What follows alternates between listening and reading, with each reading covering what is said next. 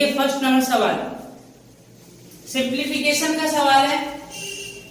यहाँ पे लिखा हुआ है 15 और देखिए सबसे पहले ऑफ का काम करेंगे तो 15/6 और इंटू 4 प्लस 9 कितना हो जाएगा यहाँ पे 18 दूना 36 बट्टा में 36 आएगा। और फिर आगे देखिए इंटू 3 -4/8 इंटू 2। अब इसको सॉल्व करना है आपको। 3 से देखिए 3 से सिंप्लीफाई हो रहा है। 3 से सिंप्लीफाई करेंगे कितनी बार में? ये 5 बार में जाएगा और ये कितनी बार में जाएगा? 2 बार में। ये कितनी बार में जाएगा? 2 से 2 बार में। ये आ गया आपका 10 प्लस 9 × 36 तो ये आ रहा है प्लस का 3/4 माइनस यहाँ पे 8 से 8 कट गया तो माइनस का 1 हो गया यहाँ पे। ठीक है तो ये आ गया आपका 9 सही 3/4 9 सही 3/4 इस सवाल के लिए करेक्ट उत्तर होगा। फर्स्ट नंबर सवाल का जो ए ऑप्शन है वो आपका करेक्ट है। सेकंड नंबर सवाल देखिए बोला गया 18 सेंटीमीटर और 16 सेंटीमीटर त्रिज्या वाले दो वृत्त एक दूसरे को प्रतिच्छेदित करते हैं और उनके उभयनिष्ठ जीवा की लंबाई 20 सेंटीमीटर है तो उनके केंद्रों के बीच की दूरी ज्ञात करें। देखिए दो सर्कल है, एक सर्कल ये हो गया और ये दूसरा सर्कल हो गया। ठीक है अब ये दोनों सर्कल एक दूसरे को इंटरसेक्ट कर रहे हैं। इनके रेडियस दिए गए हैं। इसका रेडियस बोला है 18 सेंटीमीटर है और इसका रेडियस बोला गया है 16 सेंटीमीटर और जो उभयनिष्ठ जीवा है इसका लंबाई 20 सेंटीमीटर बोला गया है। तो पहले देखिए इसको ऐसे मिला देते हैं क्योंकि केंद्रों के बीच की दूरी पूछा गया है। इसको पहले हमने मिला दिया। अब देखिए ये दोनों तो आइडेंटिकल फिगर है तो जो सीन ऊपर दिख रहा है वही सीन नीचे है तो ये टोटल 20 सेंटीमीटर है तो ये वाला जो लेंथ होगा ये कितना होगा 10 हो जाएगा। अब देखिए ये एंगल 90 डिग्री का है, ये सब आप जानते ही होंगे शायद। अब ये लेंथ और ये लेंथ निकाल के दोनों को क्या करना है ऐड करना है। इनके केंद्रों के बीच की दूरी निकल जाएगा। ये देखिए 18 को हम क्या लिख सकते हैं 2 × 9 लिख सकते हैं और 10 को लिख सकते हैं 2 × 5 लिख सकते हैं। तो यहाँ भी 2 है और यहाँ भी 2 है तो ओवरऑल 2 तो आना ही है।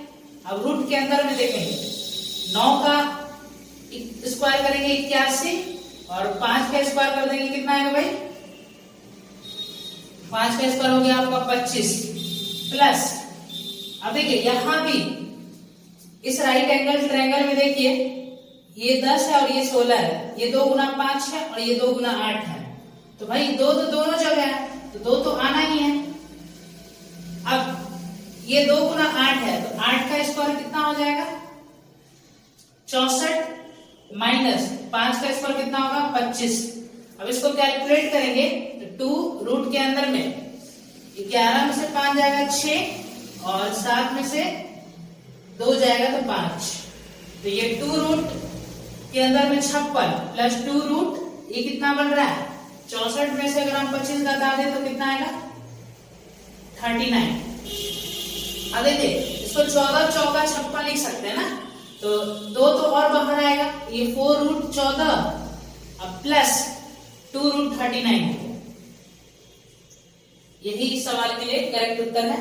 सेकंड नंबर सवाल का जो ऑप्शन ए है वो आपका करेक्ट हो जाएगा। थर्ड नंबर सवाल देखिए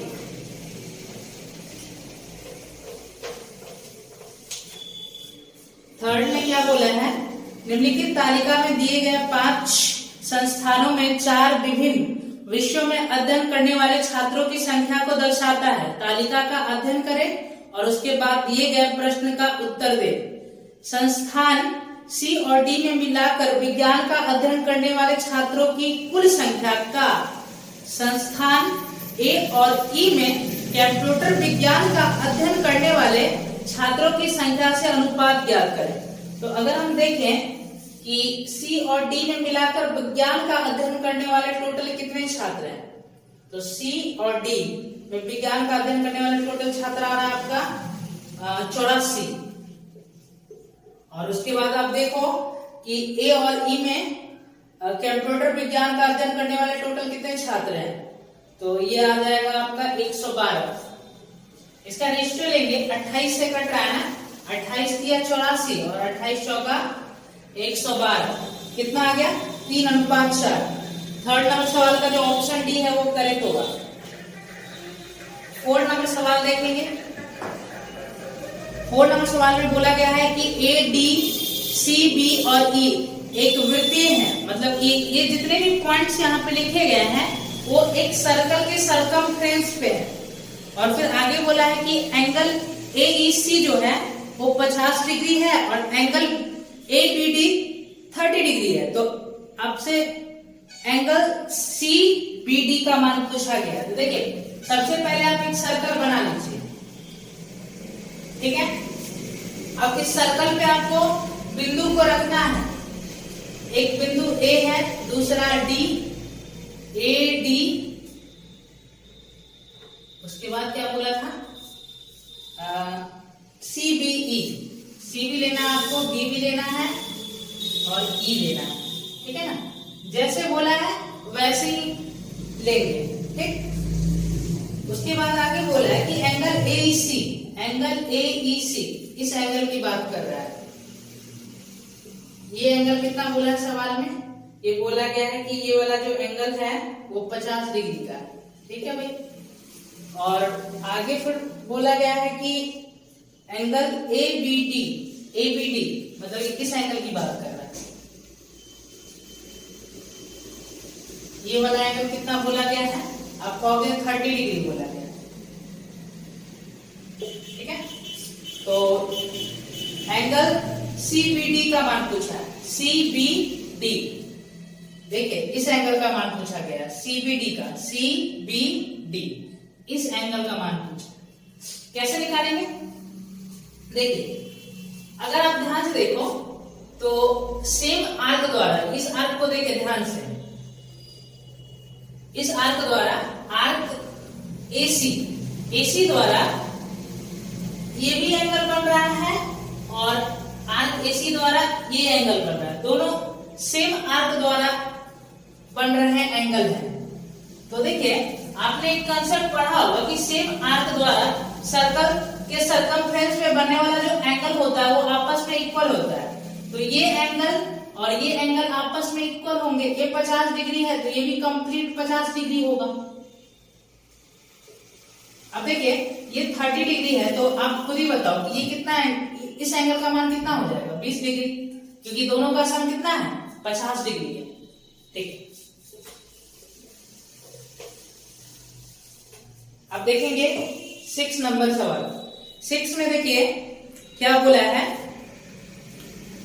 5, 35, 39 और 65 से विभाज्य 5 अंकों वाली सबसे बड़ी संख्या का योग ज्ञात करें। देखिए 5, 35, 39 और 65 इन चारों संख्याओं से विभाजित होने वाला 5 अंकों की सबसे बड़ी संख्या बताना है। कैसे निकालेंगे? तो सबसे पहले ये निकालते हैं कि ऐसा कौन सा संख्या है जो इन चारों से विभाजित होता है। तो क्या करेंगे, इनका एलसीएम लेंगे। अब एलसीएम भी निकालेंगे तो बहुत ध्यान से, 65 मान लेते हैं एलसीएम। अब 65 में देखिए ध्यान से, 65 क्या होता है, 13 गुना 5, 13 × 5 65 और ये 39 है। तो 13 तो इसमें कवर हो चुका है, 3 और लेना पड़ेगा इसका। अब ये कितना है, 35 है ना, तो 35 का इसमें 5 ऑलरेडी आ चुका है तो 7 लेना पड़ेगा आपको और 5 इसमें ऑलरेडी आ चुके हैं। तो ये कितना आ गया भाई, 65 गुना 21, 7 के 21 हो गया। तो 65 गुना 21, अब 65 को 21 से गुना कर लेंगे तो 21 छक्का होता है 126, पता है ना, 21 छक्का कितना होता है 126। तो 1260, 21 × 105, 1260 प्लस 105 तो 1365 आ रहा है। दोनों को मल्टीप्लाई कर देंगे, कितना आ गया 1365। अगर आपसे सवाल में ये पूछा होता कि इन सभी 4 संख्याओं से विभाजित होने वाला सबसे छोटी संख्या क्या है, तो इस सवाल का उत्तर होता 1365। लेकिन आपसे ये नहीं पूछा, आपसे पूछा क्या कि 5 अंकों वाली संख्या बताओ, वो भी बड़ी से बड़ी, जो इन चारों से विभाजित होता है। तो देखिए, अगर हम 5 अंकों की सबसे बड़ी से बड़ी संख्या की बात करें तो कितना होगा? 5 को 9 लिख लो, 99,999। ये 5 अंकों की सबसे बड़ी संख्या, इससे बड़ा तो नहीं होगा ना। अब देखिए, आपका उत्तर या तो यही होगा या फिर इससे कम होगा, इससे बड़ा नहीं होगा, तो फिर वो 6 अंकों की संख्या हो जाएगा। तो अब करना क्या है, अब 1365 से इसको डिवाइड करके देखना है। अगर ये पूरा कंप्लीटली डिवाइड होता है तो यही वो संख्या होगा। अगर कंप्लीटली डिवाइड नहीं होगा तो आगे देखिए, हम आपको बताएंगे क्या करना है आपको। तो पहले आप डिवाइड करके देखो, तो कितनी बार में डिवाइड करोगे? 7 बार में चला जाएगा ना भाई। तो 7 बार में जाएगा तो कितना होगा? 7 × 35 का 5, 3 हासिल, 42 × 45 का 5, 4 हासिल, और 13 × 91 और 4 हासिल दिए था ना भाई। हाँ, 95 हो गया। अब घटा देंगे तो 4 आ रहा है, यहाँ भी 4, यहाँ भी 4, ये कट गया, 9 उतारेंगे।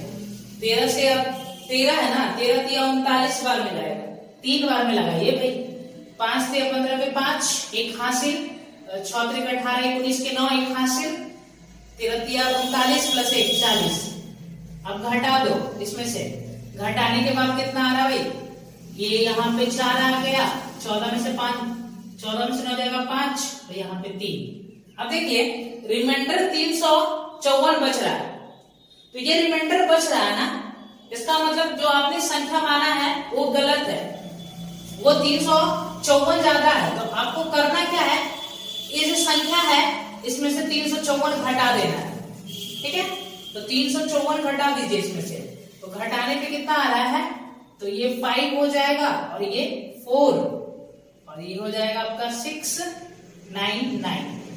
तो ये जो संख्या है, ये एग्जैक्टली 5 अंकों की, जो सवाल में बोला गया है कि 5 अंकों की सबसे बड़ी संख्या, वही 5 अंकों की सबसे बड़ी संख्या है जो इन चारों से कंप्लीटली डिवाइड हो जाएगा।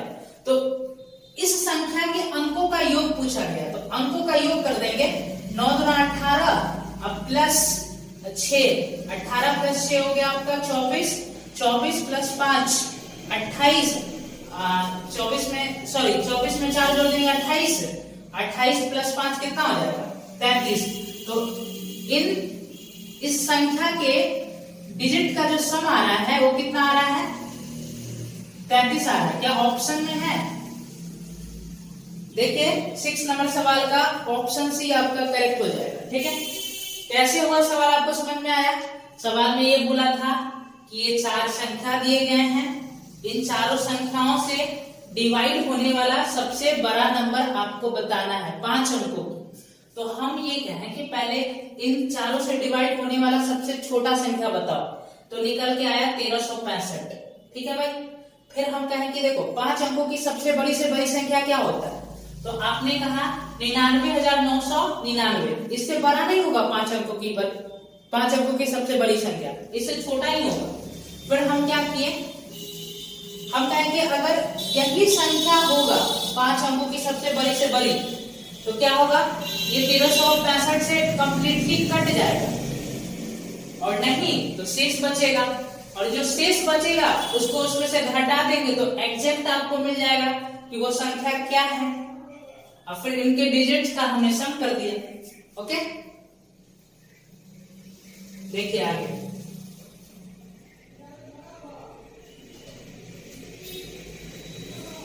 अब देखिए सेकंड,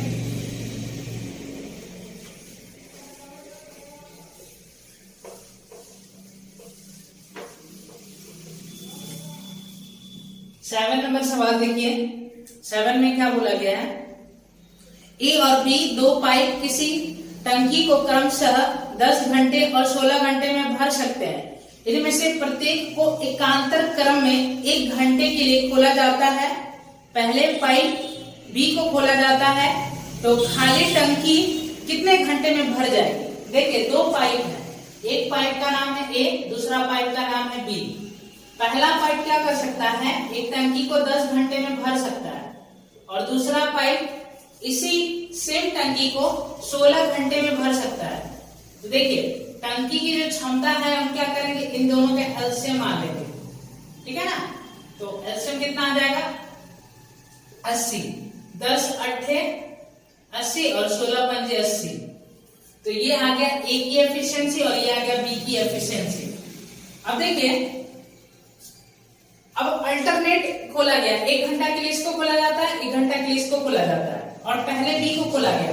तो अगर हम आपसे पूछे कि 2 घंटे में कितना भरेगा टंकी, तो आप कहोगे 2 घंटा में 13 यूनिट भरेगा टंकी। भरना तो कितना है 80 यूनिट। तो देखिए इसको अगर हम 6 गुना करते हैं दोनों तरफ, तो ये 78 हो रहा है, और ये कितना आ रहा है 12 घंटा। मतलब कि 78 यूनिट जो है वो 12 घंटे में भर जाएगा। अब ये 12 घंटा का काम हो गया, 12 घंटा का काम मतलब 6 घंटा उसमें ए किया होगा और 6 घंटा बी किया होगा। अब 13वां घंटा कौन काम करेगा, तो 13वां घंटा बी काम करेगा। क्यों, क्योंकि बी पहले स्टार्ट कर रहा है, हर ऑल डेज पे यही काम करेगा, ठीक है ना। अब केवल 2 ही यूनिट भरना बाकी है, तो 2 यूनिट भरने में बी को कितना टाइम लगेगा, तो आप कहोगे 2 यूनिट भरेगा बी 5 की एफिशिएंसी से, तो 2/5 घंटा लगेगा। तो टोटल कितने समय लग रहे हैं 12 सही 2/5 घंटा। ओके, 7 नंबर सवाल का कौन सा ऑप्शन करेक्ट है, टी ऑप्शन आपका करेक्ट है।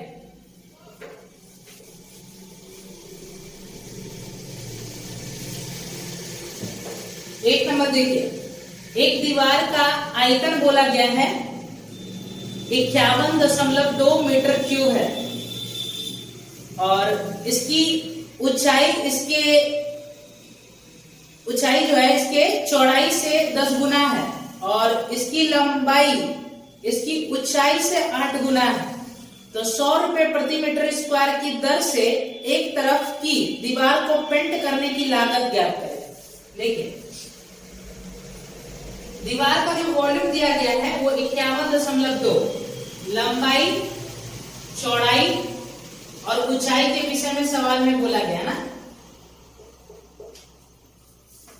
सवाल में ये बोला गया था कि जो चौड़ाई है ना वो ऊंचाई का क्या है 10 गुना है, सॉरी ऊंचाई चौड़ाई का 10 गुना है।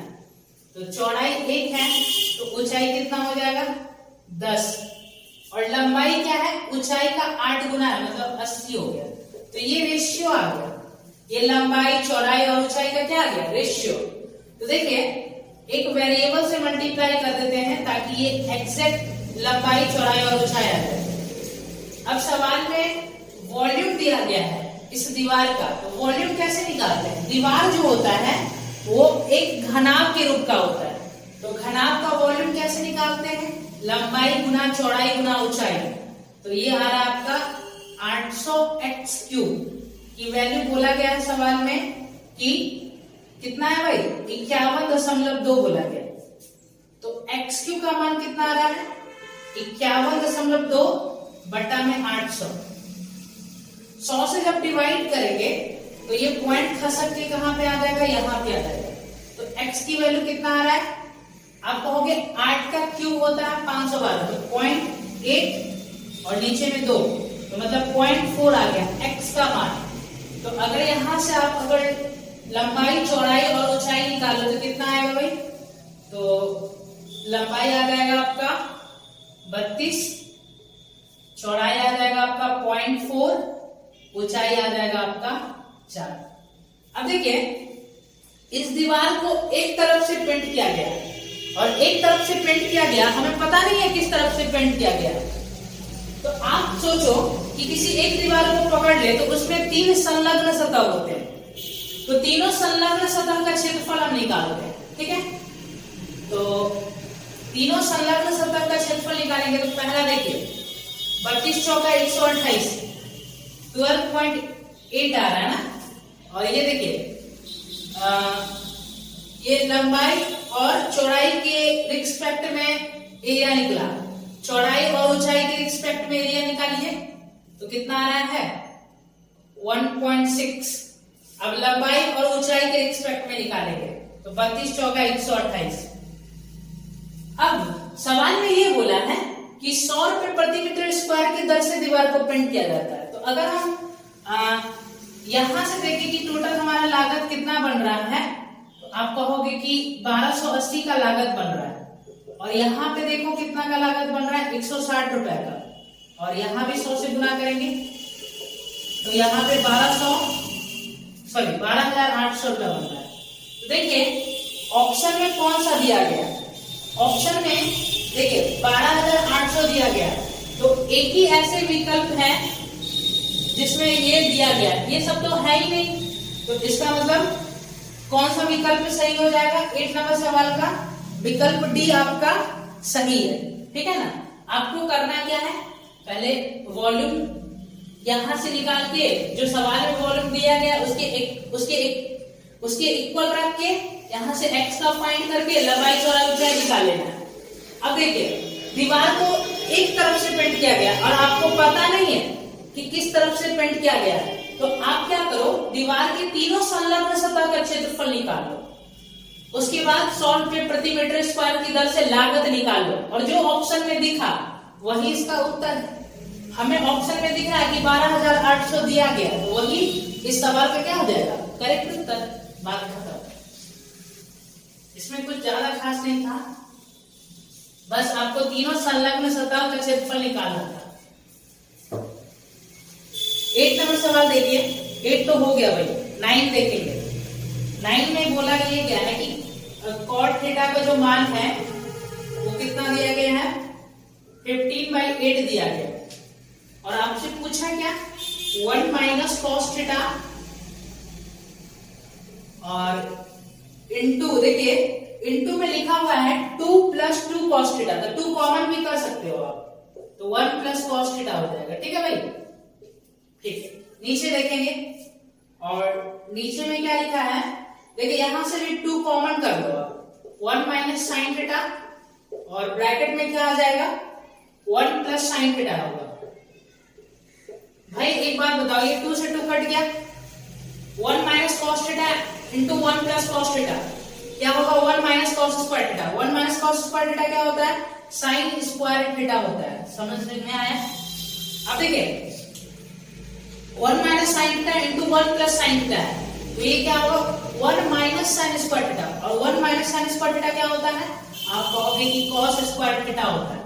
साइन स्क्वायर थीटा बटा कॉस स्क्वायर थीटा क्या होगा, टेन स्क्वायर थीटा। तो ओवरऑल आपको टेन स्क्वायर थीटा का मान बताना है। देखिए कॉट थीटा 15/8 है, तो टेन थीटा क्या होगा, 8/15 हो जाएगा, 8/15। अब इसका होल स्क्वायर कर दोगे आप तो 64 बटा में कितना होगा, 15 का स्क्वायर 225, तो 64/225 इस सवाल के रिगार्डिंग करेक्ट उत्तर होगा।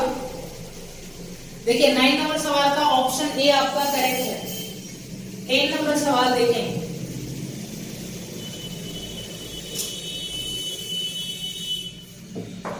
टेन में देखिए क्या बोला है, कोई दुकानदार 2 वस्तुएं बेचता है, पहली वस्तु का विक्रय मूल्य दूसरी वस्तु के क्रय मूल्य के बराबर है। वह पहली वस्तु को 20% के लाभ पर बेचता है और दूसरी वस्तु को 10% की हानि पर बेचता है। उसका कुल प्रतिशत लाभ या हानि ज्ञात करें। देखिए 2 समान है, ठीक है ना। पहला वाला वस्तु जो है ना वो 20% के लाभ पे बेचा गया। 20% के लाभ पे बेचने का मतलब ये होता है कि 5 का सामान कितने में बेच देना, 6 में बेच देना, ठीक है। और दूसरा वाला वस्तु जो है 10% की हानि पे बेचा गया। 10 का सामान कितना में बेचा गया है, 9 में बेचा गया है। और सवाल में ये बोला गया है कि जो पहला वस्तु का जो विक्रय मूल्य है ये वाला दूसरे वस्तु के क्रय मूल्य के बराबर है, मतलब ये दोनों आपस में इक्वल है, बट इक्वल दिख नहीं रहे हैं, तो आपको इक्वल करना होगा। कैसे इक्वल करेंगे, तो आप कहोगे कि 30 से इक्वल हो जाएगा ना भाई, 30 से, तो 30 से इक्वल कर लेते हैं। तो 6 को कितना से गुना करेंगे तो 30 बनेगा 5 से, और 10 को कितना से गुना करेंगे तो 30 होगा 3 से। तो अब इस मुहिम को यहाँ पे लिखते हैं, ये आ गया आपका 25 और ये कितना हो गया 30। और ये आ गया आपका 30 और ये हो गया आपका 27। अब 25 का सामान 30 में जाएगा तो कितना का प्रॉफिट होगा? आपका हो गया 5 रुपए का प्रॉफिट होगा। और 30 का सामान 27 में बेचोगे तो कितना का लॉस होगा? 3 का लॉस होगा। तो ओवरऑल आप देखोगे तो 2 का प्रॉफिट कमा रहे हो ना? कितना पे? तो आप कहोगे कि 55 से गुना 100%। 5 से सिंप्लीफाई करेंगे 11 बार में जाएगा, ये 20 बार में जाएगा। 20 दूना 40 बटा 11% आ रहा है। अब 11 से डिवाइड करेंगे, 11 तिया 33 और 7 शेष बचेगा। तो कितना आ रहा है इसका उत्तर? 3 सही। तो विषय ए, बी और सी में अमित द्वारा प्राप्त कुल अंक और विषय बी, सी और डी में विक्रम द्वारा प्राप्त कुल अंकों से कितना % कम?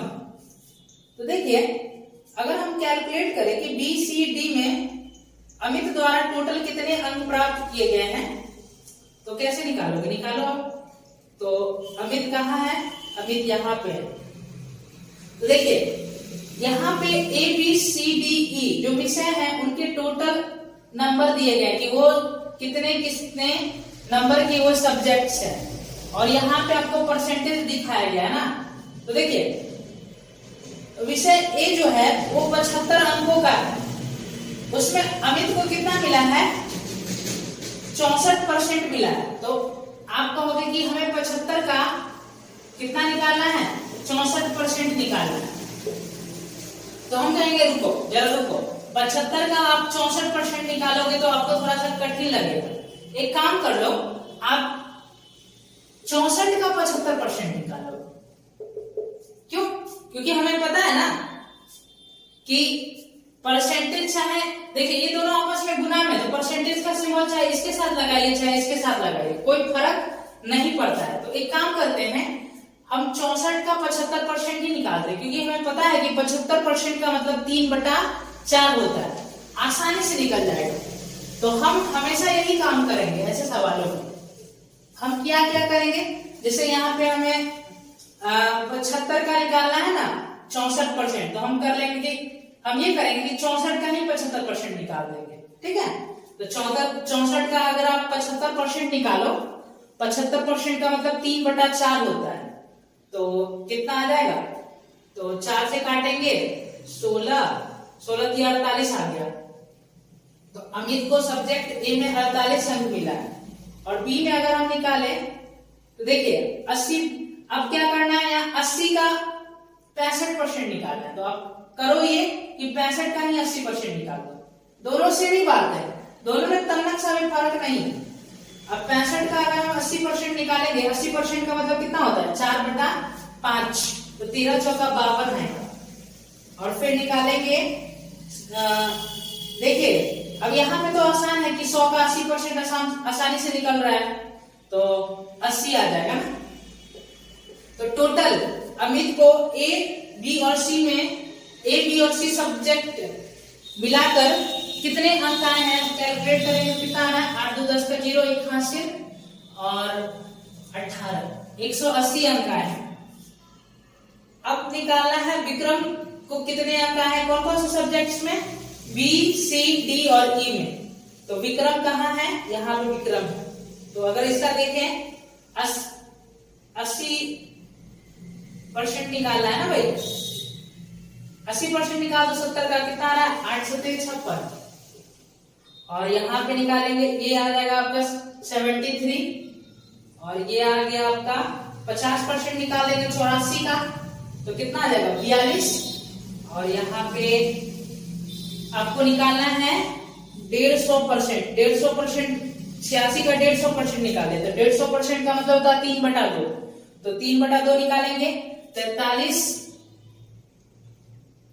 3/2 करेंगे ना, 43 गुना 3 कर देंगे, 43 गुना 3 कितना आ रहा है? 3 3 9 4 3 12। तो अब सबको ऐड कर दो, तो 9 9 18, 2 20 का 0, 2 हासिल, और ये आ गया आपका 7 7 14 प्लस 6, 20 का 0, 2 हासिल 3। तो टोटल 300 आए हैं विक्रम के अंक। जो सब्जेक्ट दिए गए हैं उसके अकॉर्डिंग। अब सवाल में ये पूछा कि विक्रम द्वारा प्राप्त कुल अंकों से कितना % कम है। ओ मतलब ये वाला जो है, मतलब इस अमित को जो अंक मिले हैं ना, वो विक्रम से कितना % कम अंक मिला है। तो देखिए 300 को पहले आप इधर लिख लो और 180 को आप इधर लिख लो। 3 से सिंप्लीफाई करेंगे ये 100 बार में, और इसको 3 से सिंप्लीफाई करेंगे कितनी बार हो जाएगा, 3 छक्का 18। तो कितना % कम अंक मिला है, आप कहोगे 40% कम अंक मिला है। 11 नंबर सवाल का ऑप्शन सी आपका करेक्ट हो जाएगा। ठीक है,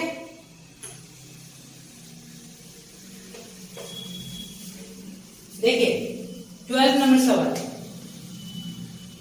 12 नंबर सवाल में बोला गया कि cos 2 theta plus 54 degree is equal to sine theta. देखिए cos 2 theta plus 54 degree is equal to sine theta. तो cos A is equal to sine B तब होता है जब A प्लस B का सम 90 डिग्री हो। मतलब इस दोनों एंगल का सम कितना होना चाहिए, 90 डिग्री होना चाहिए।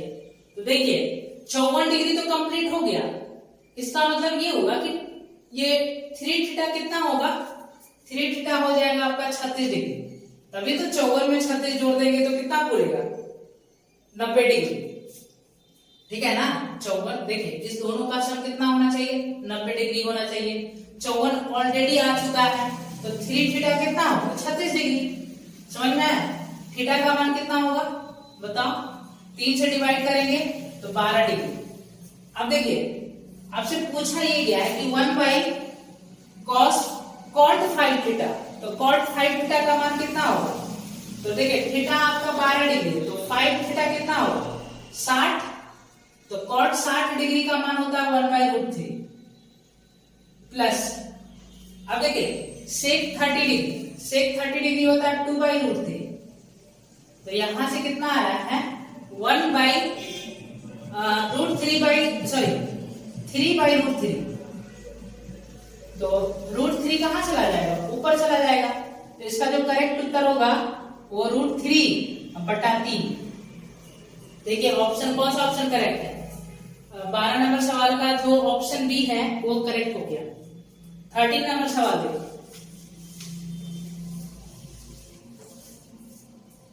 किसी कारखाने के 60 कर्मचारियों का जो औसत मासिक वेतन है वो दिया गया है 29,900। ये टोटल 60 कर्मचारियों का औसत मासिक वेतन है और 2 अधिकारी हैं, और इन अधिकारियों में से प्रत्येक का जो वेतन है वो 90,000 है। ठीक है ना, 90,000 है। यहाँ पे बोला गया ना कि 2 अधिकारी है और उनमें से प्रत्येक का जो वेतन है वो कितना है 90,000 है। ठीक है, और 8 सुपरवाइजर है और उनके जो औसत मासिक वेतन है वो कितना है, वो 65,000 दिया गया है। तो आपसे पूछा गया कि शेष कर्मचारियों का औसत वेतन कितना होगा। देखिए टोटल 60 कर्मचारी के औसत मासिक वेतन 29,900 है और 2 अधिकारी थे और उनमें से प्रत्येक का वेतन 90,000 है। मतलब कि इन दोनों का जो औसत होगा वो 90,000 ही होगा। और 8 सुपरवाइजर हैं जिनमें से प्रत्येक जिनके औसत मासिक वेतन कितना है 65,000 है। तो शेष जो कर्मचारी बचते हैं उनका आपको औसत मासिक वेतन बताना है। देखिए 29,900 हम मान लेते हैं। ठीक है, अब आपको क्या करना है, डेविएशन चेक करना है। अब देखिए 29,900 से ये कितना ज्यादा है, 29,900 से आप चेक करो कितना ज्यादा है। तो आप कहोगे 60,100 रुपया ज्यादा है ना। और इसको देखिए तो ये कितना ज्यादा है, 29,900 से ये कितना ज्यादा है, तो 35,100 ज्यादा है, 35,100 ज्यादा है ना। अब देखिए आपने ये एजम्पशन किया है कि शेष कर्मचारी का जो मासिक औसत मासिक वेतन है वो 29,900 है। ये आपका तब करेक्ट होता है जब ये भी 29,900 होता और ये भी 29,900 होता। लेकिन यहाँ पे जो दो अधिकारी हैं वो सभी 60,100 ज्यादा लेके जा रहे हैं। तो 60,100 हर एक अधिकारी लेके जा रहे हैं, तो टोटल 2 अधिकारी है, तो कितने ज्यादा लेके गए? तो आप कहोगे 1,20,200 रुपया। तो इसका नुकसान हो गया। ये जो शेष कर्मचारी है ना, उसके लिए ये नुकसान है। और ये कितना लेके जा रहे हैं? 8 सुपरवाइजर कितने ज्यादा लेके जा रहे हैं?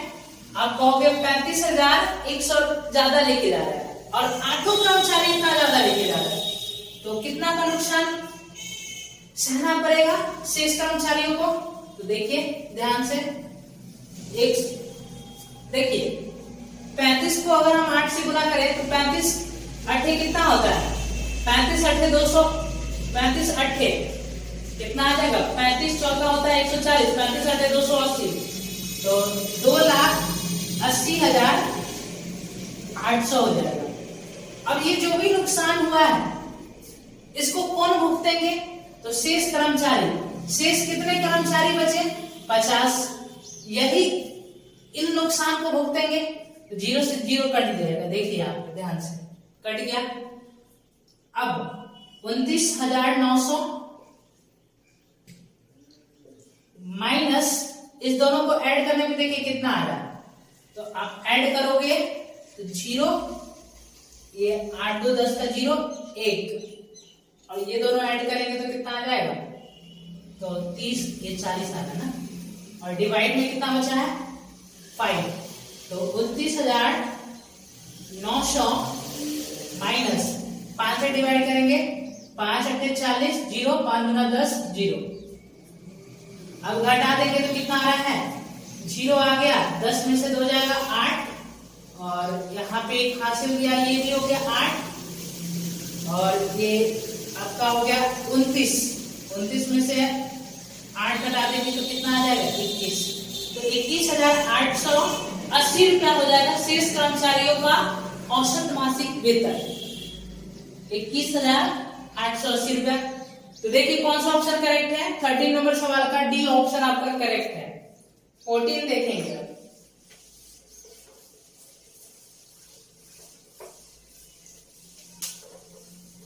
देखिए 14 में क्या बोला है?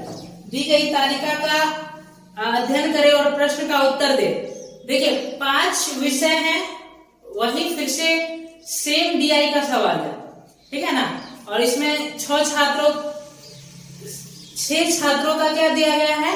अंक का प्रतिशत दिखाया गया है। तो आपसे पूछा यह गया है कि सभी 5 विषयों में अनुज द्वारा प्राप्त कुल अंक ज्ञात करें। तो अनुज को ये टोटल 5 सब्जेक्ट्स में कितने अंक मिले गए हैं उसको कैलकुलेट करना है आपको। तो देखिए अगर हम 80 का, देखिए यहाँ पे सब्जेक्ट ए जो है वो 75 अंकों का है और उसमें 80% आया। या तो आप 75 का 80% निकालो, या फिर 80 का आप 75% निकालो, कोई समस्या नहीं है। तो 75% नहीं निकाल देते क्योंकि हमें पता है 75% मतलब 3/4 होता है। तो इसका 3/4 निकालेंगे कितना आ जाएगा? तो 3/4 निकाल देंगे तो ये हो जाएगा आपका 20 चौका 3/4, तो 60 आ रहा है भाई। और यहाँ से अगर हम देखें इस 55 का 80% निकालेंगे तो कितना आएगा?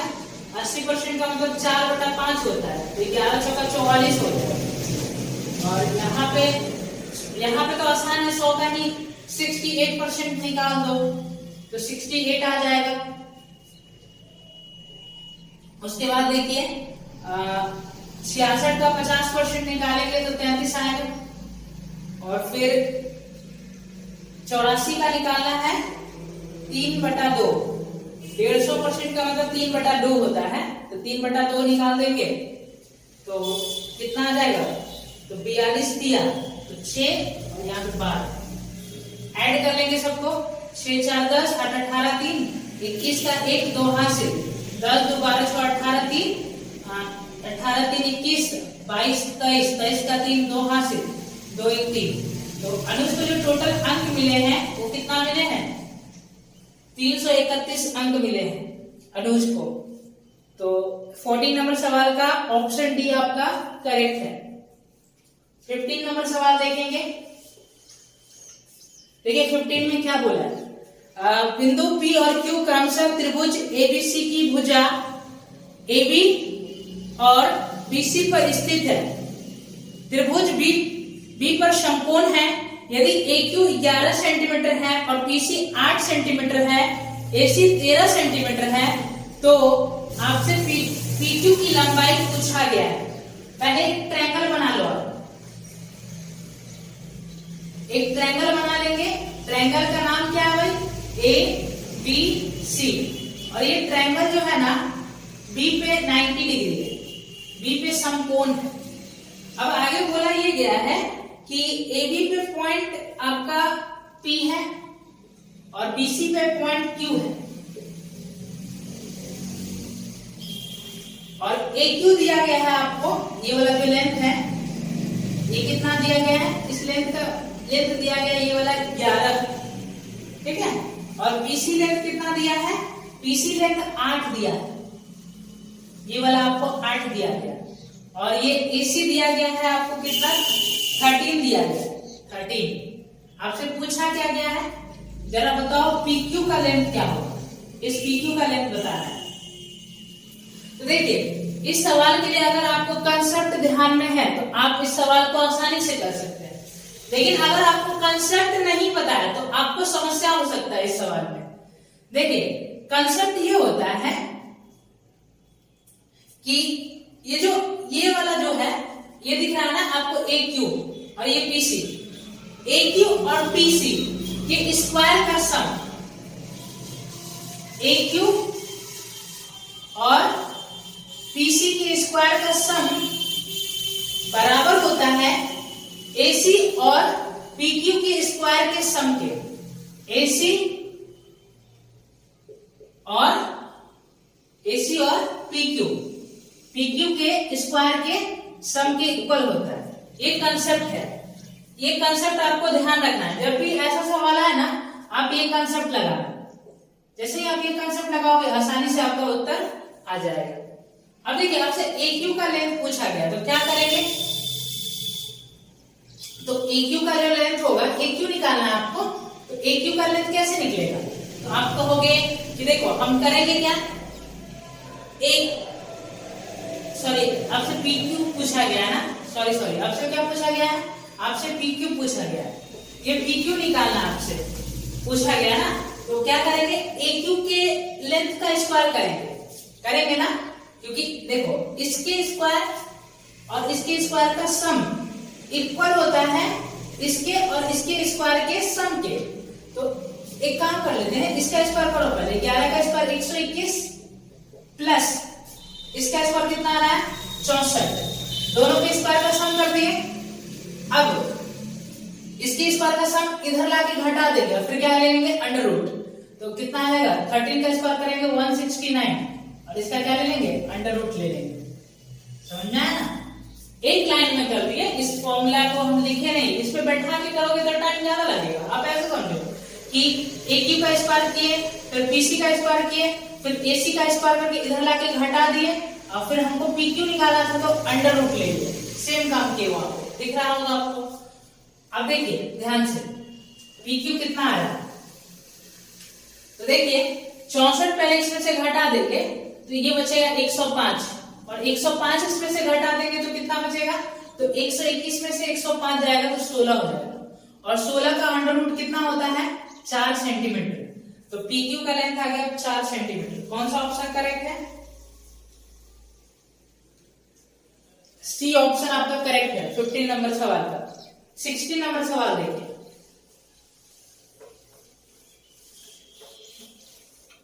सवाल में ये लिखा हुआ है कि 2 cos square theta minus 5 cos theta और +2 इज इक्वल टू 0, ठीक है। और पूछा ये गया कि sec theta plus tan theta कितना होगा। समझ में आ गया ना।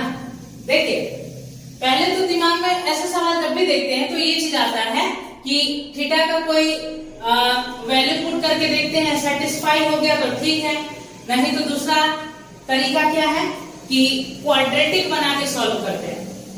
अगर हम यहाँ पे 30 डिग्री अगर रखते हैं तो आप कहोगे कि cos 30 डिग्री √3/2 होता है, यहाँ √3/2 बन जाएगा। नहीं भाई, 30 डिग्री नहीं रखो, 60 डिग्री रखो तो 2 cos 60 का मान होता है 1/2, 1/2 का होल स्क्वायर करेंगे 1/4 माइनस 5 cos 30 डिग्री का मान 1/2 प्लस 2, यहां से कितना आ रहा है 1/2 माइनस 5/2 प्लस 2। अब देखिए ध्यान से,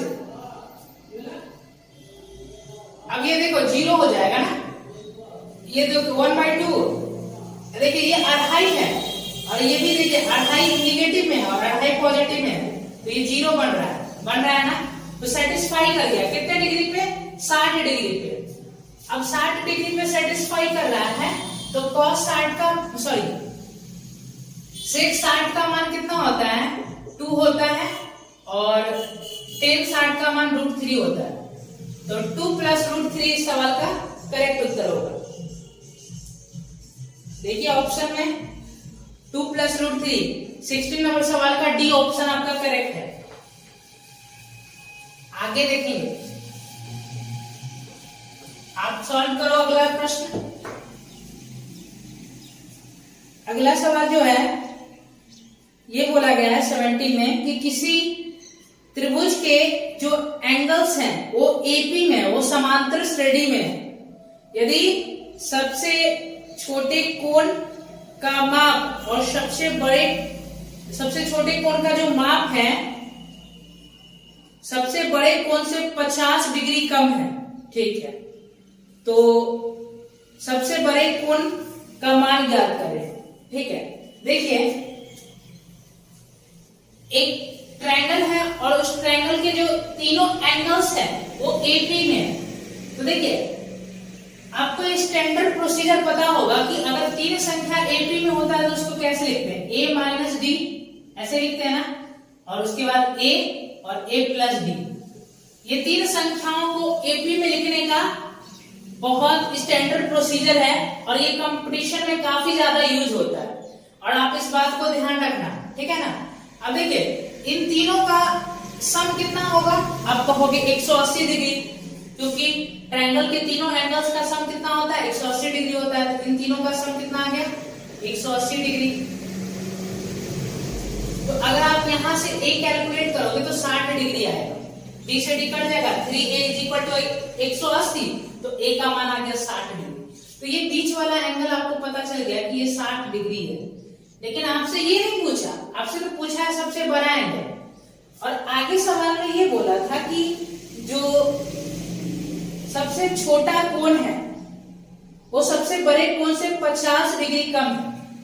तो अगर हम सबसे बड़े कोण में से सबसे छोटे कोण को घटा दे तो 2d आ रहा है ना, तो 2d की वैल्यू 50 डिग्री, तो यहां से आपको d मिल जाएगा 25 डिग्री।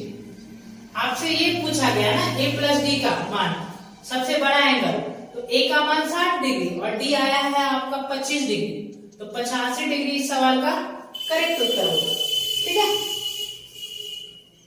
तो 17 नंबर सवाल का बी ऑप्शन आपका करेक्ट है। देखेंगे नेक्स्ट सवाल 18 में क्या बोला गया है, √x minus 1/√x is equal to √7, तो x² प्लस 1/x² का मान बताओ। देखिए √x माइनस 1/√x का मान 7 दिया गया और आपसे पूछा क्या गया है, आपसे पूछा ये गया कि x² प्लस 1/x² का मान कितना हो। तो पावर 1 से पावर तो 1 भी नहीं है ना, पावर तो हाफ है, तो उस पे पावर हाफ से आना है पावर 2 पे, ठीक है, 2 बार स्क्वायर करना होगा। तो अगर हम इसका स्क्वायर करें तो कितना आएगा, x प्लस 1/x क्या आ जाएगा, ये 7 ही दिया है ना, सॉरी ये √7 दिया गया, ठीक है।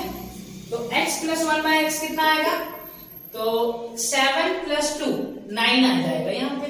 देखिए ये माइनस वाले से आप प्लस वाले पे आए, तो k² प्लस 2 आपने किया, अब प्लस वाले से प्लस वाले पे नहीं आ रहे, तो k² माइनस 2 करोगे तो 9 का स्क्वायर 81 में से कितना घटा देंगे, 2 घटा देंगे ना, 79, 81 में से 2 घटा देंगे 79, ठीक है। तो 18 नंबर सवाल का ऑप्शन डी आपका करेक्ट है। 19 देखेंगे, 19 देखिए, 19 में इस तरीके का सवाल है, अलजेब्रा का ही सवाल है। यहाँ पे x बटा वाई प्लस y बटा x इज इक्वल टू 2 दिया गया है और आपसे x माइनस वाई पूछा गया है। देखिए, और ये भी साथ में बोला है कि x y 0 के इक्वल नहीं है, ठीक है ना। देखिए, एक ही इक्वेशन है और 2 वेरिएबल है। जब भी ऐसा सवाल दिखता है ना तो वो वैल्यू पुटिंग वाला सवाल होता है। तो आप अगर देखो, अगर x को भी 1 रख दे और y को भी 1 रख दे तो यहाँ भी 1, यहाँ भी 1, और 1 प्लस 1 कितना हो जाएगा, 2 हो जाएगा। मेरा अजम्पशन सही है, हमने जो माना है वो सही माना है। अब देखिए, हमने तो 0 नहीं माना ना, सवाल के क्राइटेरिया जो है उसके हमने बियॉन्ड नहीं गया और हमने ये देखा कि हाँ x का मान हमने 1 पुट किया, y का मान 1 पुट किए तो ये सेटिस्फाई कर रहा है। तो x का मान 1, y का मान 1, कितना आ रहा उत्तर 0। कौन सा ऑप्शन करेक्ट है? 19 नंबर सवाल का बी ऑप्शन आपका करेक्ट है। देखिए 20 नंबर सवाल, 20 नंबर सवाल ये बोला गया कि एक नाव धारा की विपरीत दिशा में 5 किलोमीटर की दूरी और धारा की दिशा में 7.5 किलोमीटर की दूरी 45 मिनट में तय कर सकती है। देखिए, धारा की दिशा के लिए हम लिखते हैं डाउन स्ट्रीम और धारा के विपरीत दिशा के लिए लिखते हैं अप स्ट्रीम। तो धारा की दिशा में कितना गया है, आप कहोगे धारा की दिशा में गया है 7.5 किलोमीटर और धारा की विपरीत दिशा में कितना गया है 5 किलोमीटर और टोटल टाइम कितना लिया है भाई, टोटल टाइम लिया है 45 मिनट। यहाँ पर टाइम लिखेंगे, ठीक है ना। और धारा के दिशा में 5 किलोमीटर और धारा के विपरीत दिशा में 2.5 किलोमीटर की दूरी कितने समय में गया है, आप कहोगे 25 मिनट में गया है, ठीक है ना। तो सवाल में ये पूछा कि धारा की दिशा में 6 किलोमीटर की दूरी तय करने में कितना समय लगेगा। अगर धारा की दिशा में वो 6 किलोमीटर जाएगा ना तो टोटल कितना समय लगेगा ये बताओ।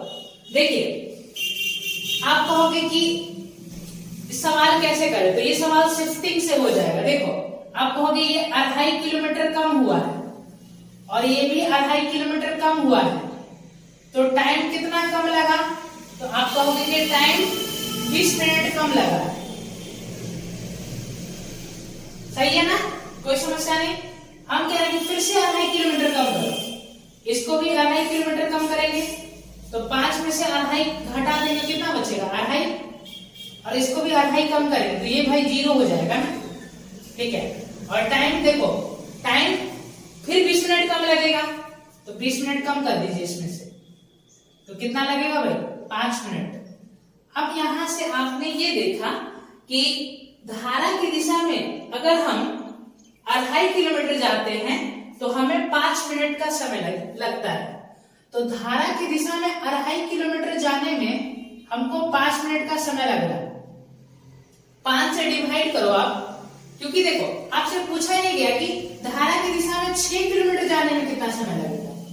देखिए, अभी 6 इसको बनाना संभव नहीं, तो पहले आप 0.5 से डिवाइड करो। जैसे ही डिवाइड करेंगे तो आप कहोगे 0.5 किलोमीटर जाने में कितना समय लगेगा, 1 मिनट लगेगा।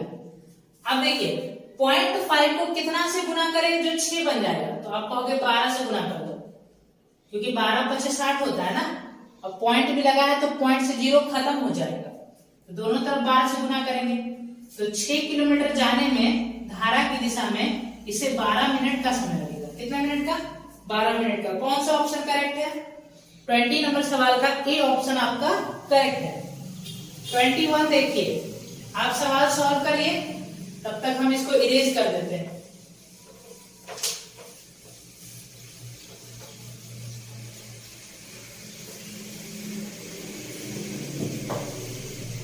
देखिए 21 में ये बोला गया है कि सवाल तो आपको दिख ही रहा होगा। देखिए, ऐसे सवाल जब भी आते हैं ना तो इसको सॉल्व करने का क्या तरीका होता है। देखिए, AQ - BQ ए क्यू माइनस बी क्यू है और इसको डिवाइड कर रहे हैं ए माइनस बी से। तो जब भी आप A cube minus B cube को ए माइनस बी से डिवाइड करते हो तो क्या बचता है? तो आप कहोगे A square plus B square plus A B बचता है। तो देखिए यहां से आपको ए और बी तो पता चल ही गया है, तो आप क्या ये वाला टर्म नहीं निकाल सकते हैं? A square plus B square plus A B निकाल सकते हो ना? तो कितना आ जाएगा? 4 सत्ते 28 एक्स स्क्वायर और प्लस 2y स्क्वायर प्लस कितना आएगा भाई? तो ये आ जाएगा आपका 2 रूट 14 XY, ठीक है ना? अब देखिए, अब इसको अगर आप कंपेयर करो जो सवाल में दिया गया है उससे, तो कंपेयर करने से आपको पता चलेगा कि ए का मान आपका 28 है, बी का मान आपका कितना आ जाएगा? 2 आ जाएगा और सी का मान कितना आ जाएगा? माइनस का 2 रूट 14। अब सवाल में आपसे इसका मान पूछा, a plus B minus 14c, minus का रूट 14c, ये पूछा गया है। तो a का मान तो हमने 28 निकाला है, b का मान कितना आया है? 2। अब देखिए c का मान कितना है? आप कहोगे c का मान माइनस का 2 रूट 14 है, तो माइनस माइनस प्लस और 14 रूट के अंदर 14 और इंटू रूट के अंदर 14, तो ये हो जाएगा 14। तो 14 दूना 28 आ गई, 28 दूना 56 प्लस 2 58 इस सवाल का उत्तर आ रहा है। क्या ऑप्शन में है? देखिए इस नंबर सवाल का बी ऑप्शन आपका करेक्ट है।